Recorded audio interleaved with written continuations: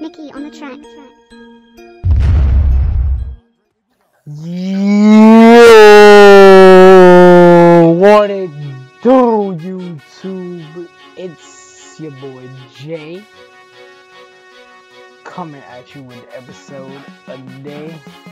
Earlier on, I put an episode with no calm because I was in a rush trying to upload an episode for y'all because I'm trying to push these episodes. I'm trying to be a YouTuber ahead of the game, start putting out videos quick, especially now that I have school coming up on Monday. I'm gonna have to really amp up production for today and tomorrow. Also, I'm thinking of doing a new My GM series. Y'all just gonna have to vote. Let me know what team I should take on, see how far we get, take them to Destiny Land, you know, playoffs, game 7, championship, MVP, y'all decide. Y'all just gotta give me the team. Work my magic. But anyways, right here, we are going up against the NBA champions, the Golden State Warriors. And you know this is tough because Klay Thompson is another James Harden, except more, defensive. Because he was locking me down early on. I wasn't able to score for a good minute. So into the second, 37-33, we're actually up, surprisingly. When is Denver ever up? We got trashed last game because we lost by 1 point. I'm wide open taking this 3, and you know I'm just like Klay. I make my threes. Not moving threes, but just standing still threes. Just those standing shot threes is pretty good. Trying to call for the pick, but their defense is crazy. But they gotta know they can't block me. That's my zone, the paint zone. Curry's cooking, 5 for 11, 6 rebounds, 13 points. And I can't believe Curry got 6 rebounds. Out of all the tall guys we got out here, come on, Kenneth Fareed, come on, Jameer Nelson, do your jobs, man. Wilson Chandler, come on, bruh. You gotta start doing your job, man. Sent you a good pass.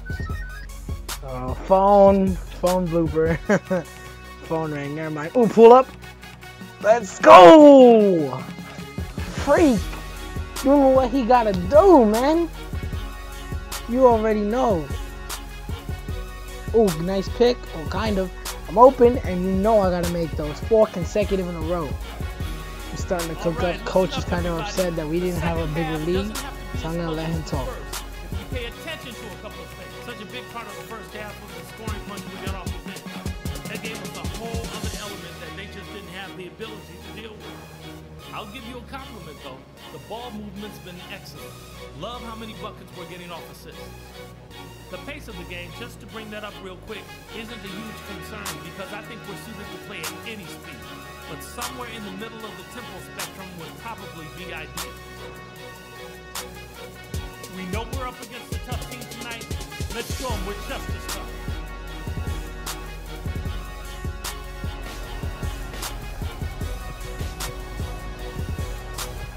And now, alrighty then, I'm back here.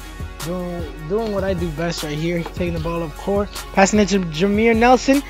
No good, come on, man. Oh, give me that, Hickson. I'm taking that and making that. Let's go. Wilson Chandler, make that half court. You can do it. Oh. So yeah, bottom of the 4th. Dang it, man. Why did I say that? We're down to 20-something in the 4th. Looks like we're going to be picking up this W. Looks like my 10-point block. I shouldn't have taken that. Oh, never mind. Let's go, man. So, yeah, that's it. The score was... It's coming up right now. I was too focused on the game. I don't really pay attention to the score until after the game. 108-96. Denver won by 12. Kind of happy we picked up this W. My first W since losing to the Rockets. 8 for 14, 5 rebounds, 2 assists, 17 points. He did pretty good. Jameer Nelson getting interviewed over here. Of course, gonna have to block the audio for that because I do not want a copyright strike for the music that's playing in the background in 2K. That's why I have my instrumental tunes right here to block out any noise of that. I was hoping for like a little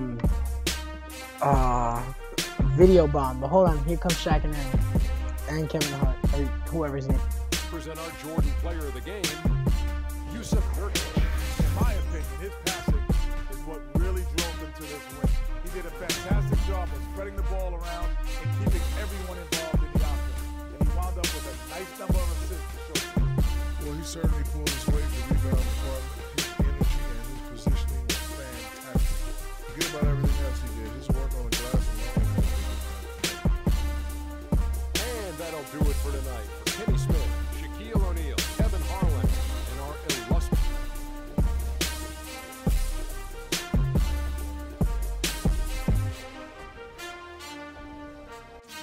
Hope y'all enjoy. Leave a like, comment down below. Tell me what you want to see next from the series.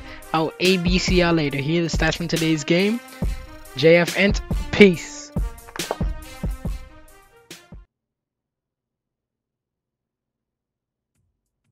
What a life, eh, freak? 1 minute you're playing 21 and horse on the courts in Harlem, and the next moment you're in the showroom, configuring the gunmetal and graphite exterior of your luxury car and your iPad mini. Oh, I bet you get a crazy crowd when you drive that car around the block in the old neighborhood, huh?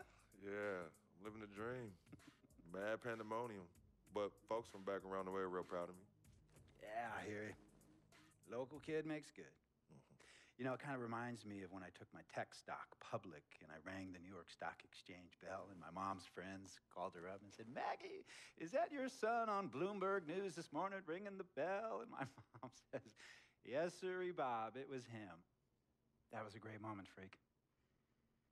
And you know, our lives are like a pearl necklace of great moments, all strung together with the finest silk thread of memories.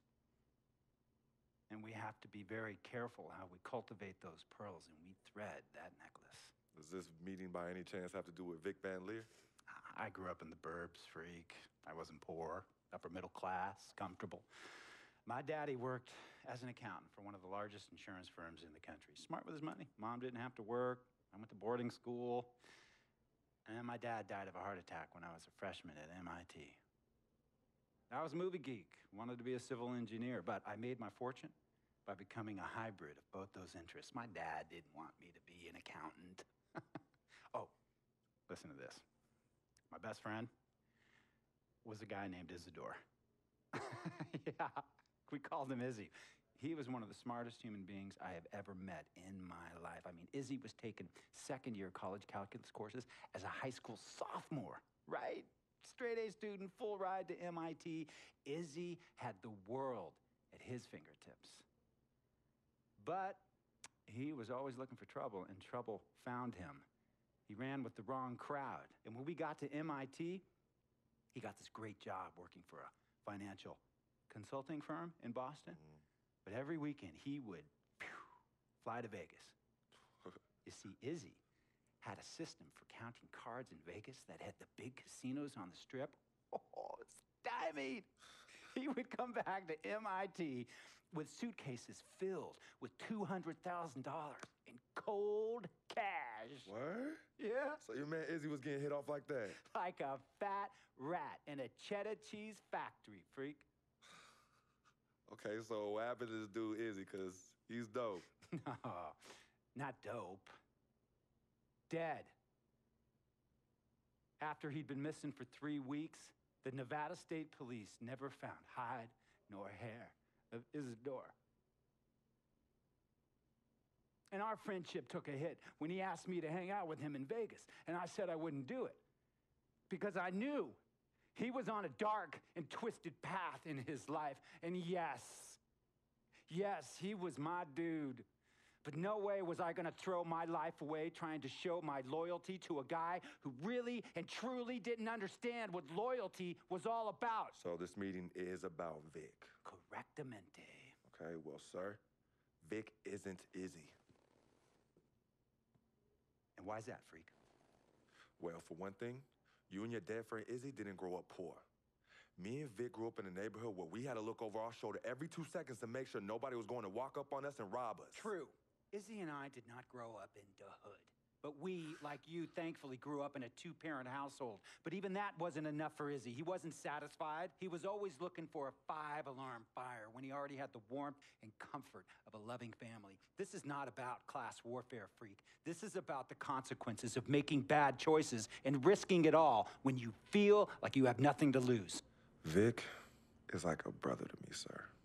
But you shouldn't be Brother Vic's keeper, freak. Would a brother go looking for trouble and put your career and your livelihood at risk by getting into fights at nightclubs and seedy after-hour joints and then scream to the media, "Yeah, it's all good, I'm an FOF, friendo freak. It's all misunderstanding. Y'all be haters, don't hate my game." I don't think a brother would do that to someone they really cared about, but a guy who looked at you like a meal ticket would. No. See, you don't understand Vic. Really? I don't understand. No.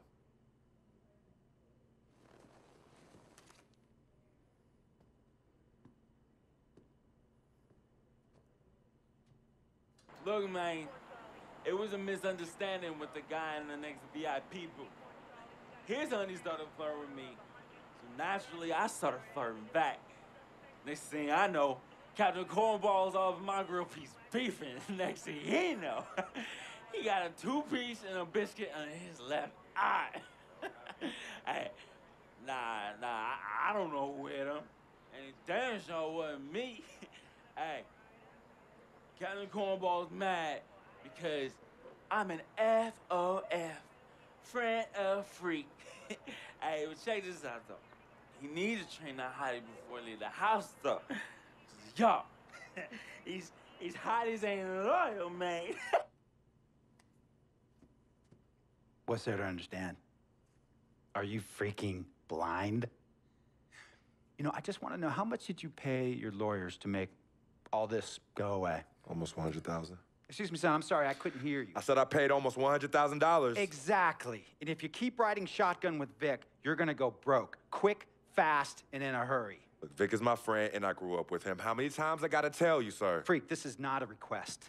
I am not asking you to do this. I am telling you to do this. And the first order of business is that Mr. Vic Van Leer is banned from traveling with you on the road. Vic is banned from the locker room. And Vic is banned from this arena. And if I catch this guy, Vic, in or anywhere near the facilities, Mr. Vic Van Leer will be arrested for trespassing. Are you serious, sir? Brother, I'm as serious as cancer. We all know that can be deadly.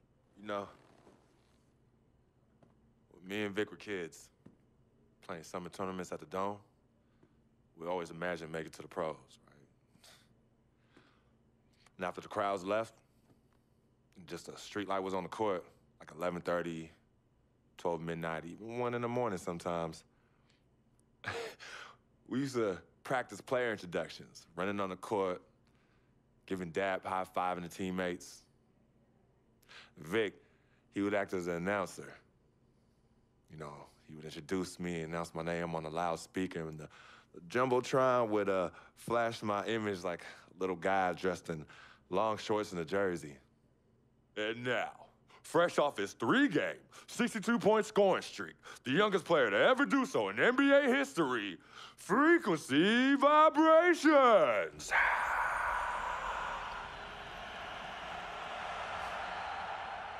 So me and Vic would sit in those empty bleachers at the Dome and dream like nobody's business. And now I'm living a dream. For real. And in so many ways, Vic was part of that. Please, listen to me. I mean, I know this guy's your dude from way back. Look, me and Vic go way back like the front seats of a '67 Cadillac. That's good. We go way back. Did you say front seats? Front seats of a '67 Cadillac. We go way back like the front seats of a '67 Cadillac. Well, do you have any crickets? I'm gonna be the hit once again at Herbie Allen's Sun Valley Shindig because my fellow billionaires love it when I walk and talk that talk. So that almost sounds... No, let me tell you exactly what it sounds like.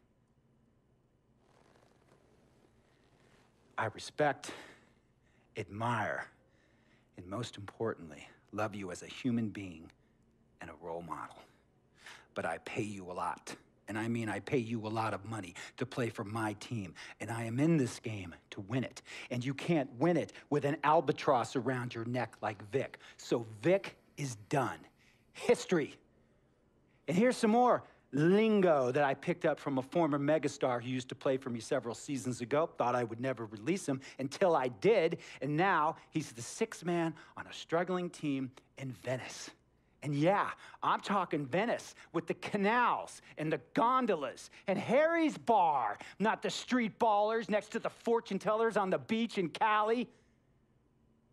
This guy used to tell me when he thought there was a player destroying our team, Don't be a hero. Cut that zero. And that is what I am telling you about Vic, freak. Don't be a hero. Cut that zero. The only thing Vic brings into your life is headache and unwanted and unnecessary negative attention. And it will begin to affect your mindset. And when it affects your mindset, it's gonna affect your play. And when it affects your play, it's gonna affect my team. And when it affects my team, it's gonna affect my money. And if it affects my money, Google Translate will become your new freaking friend. I want a championship ring, freak, and I want you to help me get that ring. And banners after banners hanging from the rafters in this arena. So, freak, hear me clearly and hear me good. VGG, Vic, gotta go!